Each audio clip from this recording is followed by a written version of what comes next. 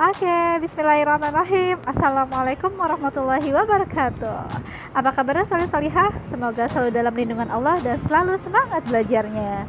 Nah, solih-solihah, nih yang kalian lihat dan kalian saksikan pada pagi hari ini dan siang hari ini sih tepatnya, Allah sedang memberikan kita sebuah ilmu pengetahuannya, memberikan rezekinya juga berupa hujan. Nah, kalau kalian perhatikan, saat ini Allah sedang memberikan kita ilmu pengetahuannya tadi yang Ustazah bilang tentang hujan. Nah, hujan ini merupakan proses siklus air atau siklus hidrologinya. Nah, teman-teman, untuk lebih jelasnya, apa sih siklus air itu dan bagaimana prosesnya? Simak penjelasannya berikut ini. Siklus hidrologi merupakan rangkaian tahapan-tahapan yang dilalui air dari atmosfer ke bumi dan kembali lagi ke atmosfer. Menurut para ahli, total air yang ada di bumi ini mencapai 1,38 miliar kilometer kubik dan volume air ini jumlahnya sama, tetapi senantiasa bergerak secara dinamis dalam siklus hidrologi. Pemanasan air laut oleh sinar matahari merupakan kunci proses siklus hidrologi tersebut dan dapat bekerja secara terus-menerus. Air berevaporasi, kemudian jatuh sebagai presipitasi dalam bentuk hujan, salju, hujan es, salju, hujan gerimis, dan juga kabut. Nah, teman-teman, dengan adanya siklus hidrologi tersebut, ada juga loh proses perubahan wujud benda, yaitu penguapan.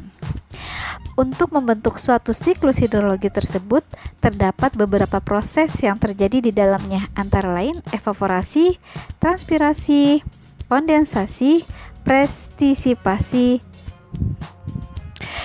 Evaporasi merupakan proses penguapan air dari tubuh-tubuh air, seperti laut, danau, sungai, akibat pemanasan sinar matahari. Air yang menguap karena sinar matahari tersebut akan naik dan nantinya akan menjadi awan. Semakin tinggi suhu matahari, terutama pada musim kemarau, maka akan sebanyak juga air yang akan menjadi uap. Berikutnya adalah kondensasi. Pada proses siklus hidrologi yang satu ini merupakan penampakan dari perubahan wujud uap air menjadi titik-titik air di atmosfer, sehingga terbentuklah awan. Pada proses ini juga terjadi karena adanya pengaruh rendahnya suhu udara di ketinggian atmosfer tertentu. Lalu berikutnya adalah transpirasi. Transpirasi ini merupakan penguapan air dari tanaman melalui stomata atau mulut daun. Yang berikutnya adalah presipitasi, merupakan proses turunnya air ke permukaan bumi dalam bentuk hujan. Jika presipitasi terjadi di daerah yang bersuhu rendah, maka dia akan menghasilkan hujan dan juga salju. Proses peresapan air yang ke dalam tanah melalui pori-pori tanah, inilah yang disebut dengan proses infiltrasi, di mana akibat dari proses ini, air hujan dapat tersimpan menjadi air tanah, dan air tanah secara lambat akan mengalir dan akan kembali lagi ke laut. Teman-teman, hujan merupakan karunia yang terbesar dari Allah untuk semua makhluk ciptaannya yang ada di bumi, tumbuhan, hewan, dan juga kita manusia.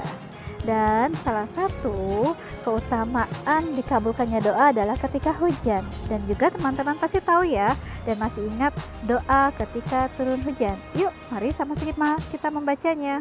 Doa ketika turun hujan. Bismillahirrahmanirrahim. Allahumma shayban nafi'an. Artinya, ya Allah, turunkanlah hujan ini sebagai hujan yang bermanfaat. Amin ya robbal alamin. Dan kalian pun juga bisa mendoakan untuk kedua orang tua kalian, saudara kalian, teman-teman kalian, guru-guru kalian, dan saudara muslim-muslim kita seluruh dunia. Semoga selalu dilindungi Allah Subhanahu wa ta'ala. Yang sakit segera diberi kesehatan kembali. Sekian penjelasan dari Ustazah mengenai proses siklus hidrologi yang teman-teman bisa melihat dalam kehidupan sehari-hari. Selamat belajar, salih salihah. Wassalamualaikum warahmatullahi wabarakatuh.